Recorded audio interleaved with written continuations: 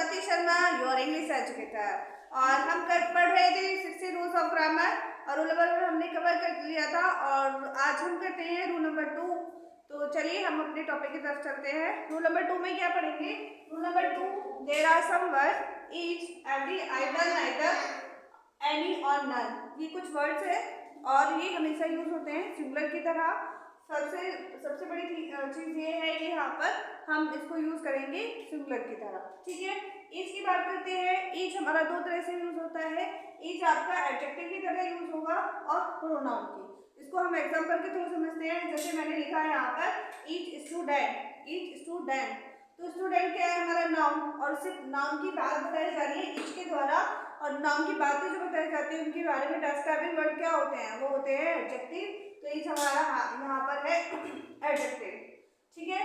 तो प्रोनाउन की तरह कैसे काम करेगा?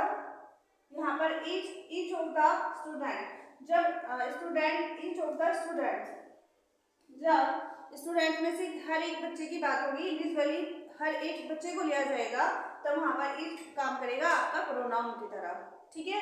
तो यहाँ तक क्लियर है। उसके बाद और एवरी की बात करते हैं।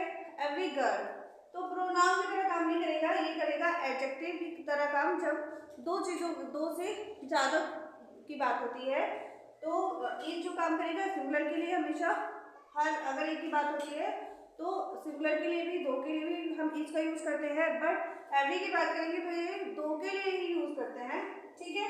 तो हम इसे एग्जाम्पल के थ्रू समझते हैं। इसमें क्या है? तो ईच गर्ल वाज प्रेजेंट। तो यहाँ पर ईच गर्ल की जो पार्ट ऑफ स्पीच है ईच की, तो हम देखते हैं वो गर्ल क्या है? नाउन। और उससे पहले क्या आ रहा है? ईच, जो कि एक एडजेक्टिव है। बात करते हैं ईच गर्ल। गर्ल में ईच की जो पार्ट ऑफ स्पीच होगी वो होगी एडजेक्टिव, क्योंकि ईच जो बात कर रहा है वो गर्ल की बात कर रहा है। तो वाज प्रेजेंट, ठीक है, it's clear. And now second पे each of the girls was present. यहाँ पर बात होती है सिलेक्शन की। गर्ल्स में से हर एक गर्ल को की बात हो रही है तो वो वहाँ पर प्रेजेंट थी। यहाँ पर ईच ऑफ, तो यहाँ पे ईच जो है यहाँ पर सब्जेक्ट है, या तो सब्जेक्ट नाउन हो गए प्रोनाउन।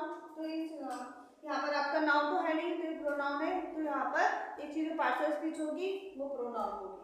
थर्ड पे देखते हैं every girl was present. Every girl, every जो काम करेगा हमारा यहाँ एडजेक्टिव की तरह काम करेगा, क्योंकि जो गर्ल है वो गर्ल हमारा नाउन है। उससे पहले नाम के बारे में जो बात की गई है एवरी ने की है, हर एक गर्ल के बारे में, वो वहाँ पर प्रेजेंट थी। फोर्थ पे देखते हैं every of the girls was present. Every of the girl, every जो है ये भी सिलेक्शन की बात हुई है, तो यहाँ पर हम वाज का यूज करेंगे। फिफ्थ में देखते हैं ईच स्टूडेंट या स्टूडेंट्स। ईच हमारा सिंगुलर है और तो हम यहाँ पर ईच स्टूडेंट की बात हो रही है, तो यहाँ पर ईच स्टूडेंट। जब हमारा सब्जेक्ट सिंगुलर है तो हमारी वर्ब भी क्या होगी? सिंगुलर होगी, दिस इज टू कंप्लीट। और जब ईच में हम क्लैरिफाई नहीं है कि वो गर्ल्स की बात कर रहा है या बॉयज की बात करिए, मेल है या फीमेल, जब हम पूरी तरह से क्लैरिफाई नहीं होंगे तो वहाँ पर हम हिज को प्रेफर करेंगे, ठीक है। और फिर देखते हैं 6 नंबर पर ईच ऑफ द स्टूडेंट्स। तो ईच, जब स्टूडेंट्स में से सिलेक्शन की बात होगी तो ये चीज़ हमारी क्या होगी? प्लूरल फॉर्म में होगी, तो ठीक है।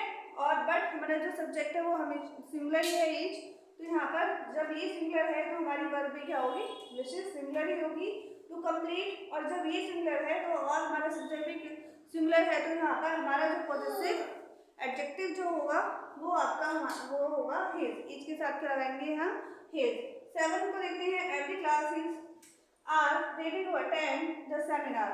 एवरी क्लास की बात हो रही है। क्लास हमारा जो नाउन है और नाउन की बात कर रहा है एवरी, तो एवरी हमारा पार्ट ऑफ स्पीच में होता है एडजेक्टिव, ठीक है। तो यहाँ पर हम इसको लगाएंगे is. At practically every part of the tree is use by man, ठीक है। तो एवरी पार्ट की बात हो रही है, बनाना जो ट्री है उसके हर एक पार्ट की बात हो रही है, तो ये यहाँ भी सिंगुलर ही होगा, ठीक है। और अब आगे चलते हैं, हम आगे की बात करेंगे। आइदर जो है वो थिंग और पर्सन, दोनों में से सिलेक्शन की बात होती है। और बोथ, आइदर का यूज भी हम दो चीजों के लिए करते हैं और बोथ का भी। तो आइदर का मतलब थिंग और पर्सन दोनों के लिए, दोनों में से या तो चॉइस की बात होती है। बट बोथ जो है हम दोनों की बात करेंगे। आइदर में हम चॉइस की बात करेंगे और बोथ में दोनों की। नाइदर का होता है दोनों में से कोई नहीं, और एनी की बहुतों में से कोई कोई एक और नन में से दो से ज़्यादा के लिए, ठीक है।